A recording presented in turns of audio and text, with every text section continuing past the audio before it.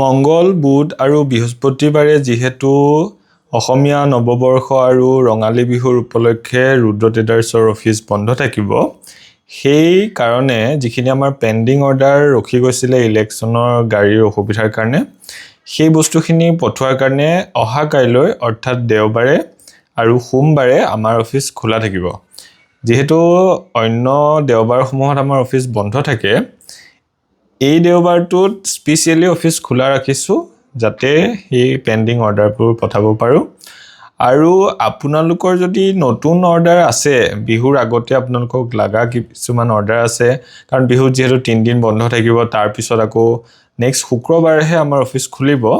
গতিকে আপোনালোকৰ যদি কিবা অৰ্ডাৰ আছে, সেই অৰ্ডাৰসমূহ আমাক কাইলৈ আৰু পৰহিৰ ভিতৰত দি দিব, যাতে সেই বস্তুখিনি আমি বিহুৰ বন্ধৰ আগে আগে আপোনালোকৰ ঘৰলৈকে পঠোৱাৰ ব্যৱস্থা কৰিব পাৰোঁ।